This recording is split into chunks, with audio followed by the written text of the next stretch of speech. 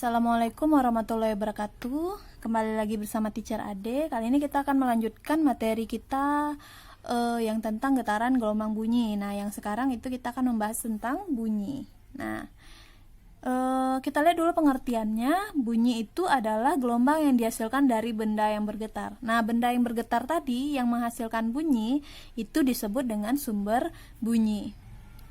Nah, kita lanjut. Syarat terdengarnya bunyi itu ada 3. Yang pertama ada sumber bunyi, yang kedua ada medium sebagai perantaranya, yang ketiga ada pendengar atau penerima bunyi. Terus jenis bunyi berdasarkan frekuensinya itu ada 3, infrasonik, audiosonik, dan ultrasonik. Infrasonik itu frekuensinya kecil dari 20 Hz. Audiosonik itu frekuensinya antara 20 sampai 20.000 Hz. Kalau ultrasonik frekuensinya besar dari 20.000 Hz. Nah, kita lihat infrasonik itu contohnya bisa didengar pada jangkrik, anjing, dan hewan-hewan lain yang bisa mendengar suara yang sangat kecil. Audiosonik itu biasanya didengar oleh manusia, dan ultrasonik biasanya didengar oleh kelelawar, paus, lumba-lumba, dan lain-lain. Nah, kita lihat cepat lambat bunyi itu dipengaruhi oleh 2, kerapatan medium yang dilalui dan suhu medium. Kerapatan medium yang dilalui itu maksudnya adalah bunyi itu akan merambat paling cepat pada benda yang kerapatan partikelnya itu paling rapat. Nah, itu kan berarti pada zat padat ya. Jadi zat padat, bunyi itu merambat paling cepat pada zat padat dibandingkan dengan zat cair dan zat gas. Kalau kita lihat suhu medium itu semakin panas dia akan semakin cepat bunyi itu merambat. Nah, di sini kita bisa lihat nih hubungan antara cepat rambat bunyi dengan suhu.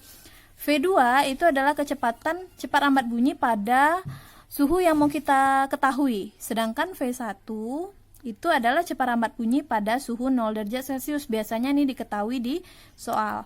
Dan T adalah suhu yang medium yang ditanya tadi. Nah, suhunya misalnya, tentukanlah kecepatan cepat rambat bunyi pada suhu 20 derajat Celcius. Berarti kita tinggal masukkan apa yang ada di soal, 332 ditambah dengan 0,6 kali 20, seperti itu.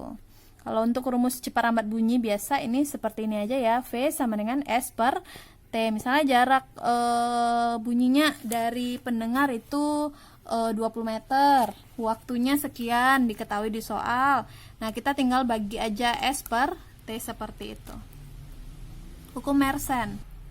Nah, hukum Mersenne ini dia mau melihat perbandingan atau frekuensi senar itu dengan beberapa besaran lain yang diketahui, misalnya panjang senar, luas penampang senar, akar massa jenis senar, dan tegangan senar. Tegangan senarnya maksudnya gaya tegangan talinya ya. Nah, jadi kalau misalnya dia berbanding terbalik, berarti dia 1 di atas 2 yang di atas sini, sebelah sini ya. Jadi kirinya 1, kanannya 2, kirinya 2, kanannya 1, seperti itu. Itu berbanding terbalik. Kalau yang sebanding nih kayak yang F ini kan, nah ini kirinya 1, kanannya juga 1, kirinya 2, kanannya juga 2. Jadi ada 2 nih F-nya. Jangan ragu ya, kalau F kecil itu frekuensi, F besar itu gaya tegangan senar gitu. Kita lanjut ya. Karakteristik bunyi ini bisa kita hafal aja. Tinggi rendah bunyi itu dipengaruhi frekuensi. Kuat lemah bunyi dipengaruhi oleh amplitudo. Kalau misalnya dia minta 3, apa-apa aja yang mempengaruhi 3. Nah, kuat lemah bunyi, amplitudo, jenis medium, dan jarak ke pendengar ya ini. Terus, nada adalah bunyi yang memiliki frekuensi getaran yang teratur. Nah, kalau di nada ini, soal yang biasanya sering keluar itu, biasanya yang keluar itu perbandingan frekuensi. Nah, biasanya di soal itu dikasih taunya perbandingan frekuensinya, frekuensi A dan frekuensi B. Nah, terus salah satu frekuensi A itu diketahui misalnya. Frekuensi A diketahui misalnya 440. Nah, perbandingannya berapa gitu. Nanti kita tinggal kali silang aja. Kalau untuk warna bunyi, timbre, itu keunikan bunyi, artinya keunikan bunyi yang berbeda pada frekuensi yang sama. Jadi, setiap manusia ataupun benda yang menghasilkan bunyi, dia memiliki keunikan bunyi yang berbeda. Warna suaranya itu berbeda gitu. Warna suaranya berbeda. Jadi walaupun dengan frekuensi yang sama, kita akan mendengar atau menghasilkan bunyi yang berbeda. Ada yang nadanya bisa tinggi, ada yang suaranya bisa tinggi, ada yang suaranya rendah atau ngebas atau seperti itu. Nah, untuk resonansi itu adalah gejala atau peristiwa ikut bergetarnya suatu benda karena benda lain. Karena getaran benda lain. Itu dia jenisnya ada 3. Yang pertama itu resonansi pada benda yang diikat dengan tali. Terus resonansi pada kolom udara. Yang ketiga tuh resonansi pada selaput tipis. Nah, selaput tipis ini jarang keluar sih, yang sering keluar 2 ini. Nah, kalau pada benda yang digantung dengan tali ini, kalau panjang talinya sama, dia ikut bergetar. Jadi A dan C ini kan panjang tali sama, berarti kalau A digetarkan, C ikut bergetar.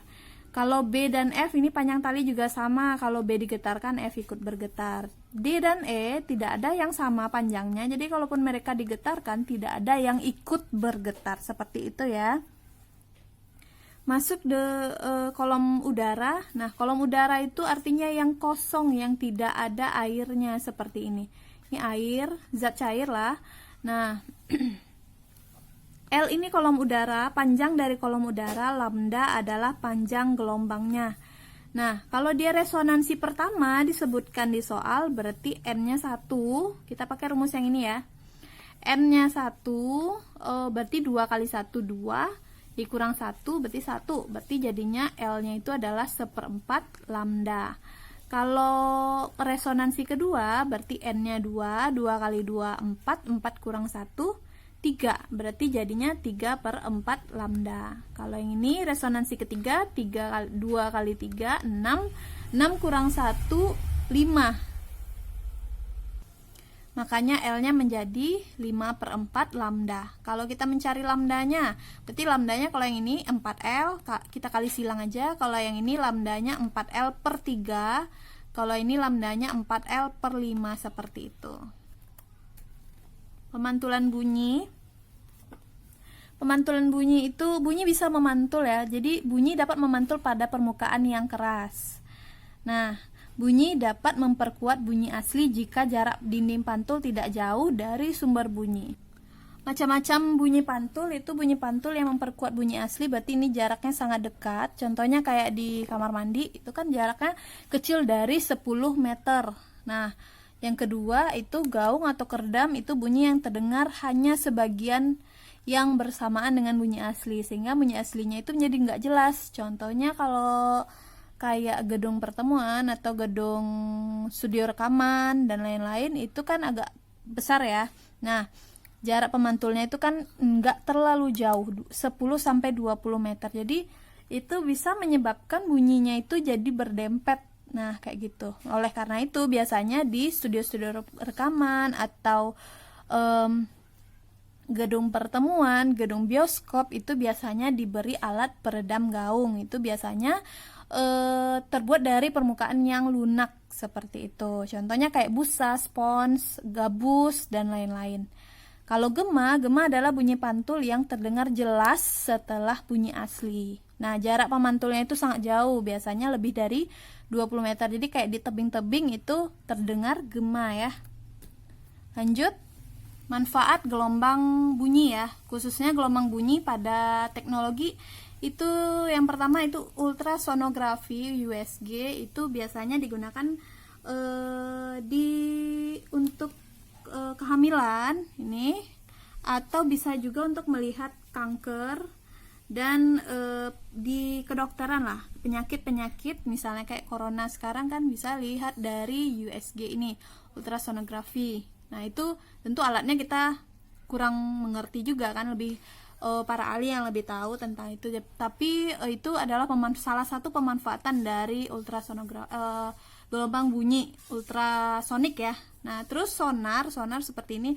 Sonar itu adalah bunyi yang dikeluarkan oleh suatu mesin di dalam kapal untuk menentukan kedalaman dari tebing, kedalaman dari laut. Kedalaman laut bisa, jarak tebing juga bisa, dan lain-lain. Jadi dua ya, kedalaman laut dan jarak tebing. Itu kita bisa pakai dua ini.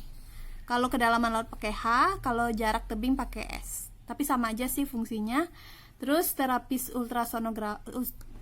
ultrasonik, pembersih ultrasonik, sonifikasi, dan penguji ultrasonik itu menggunakan bunyi ultrasonik seperti itu.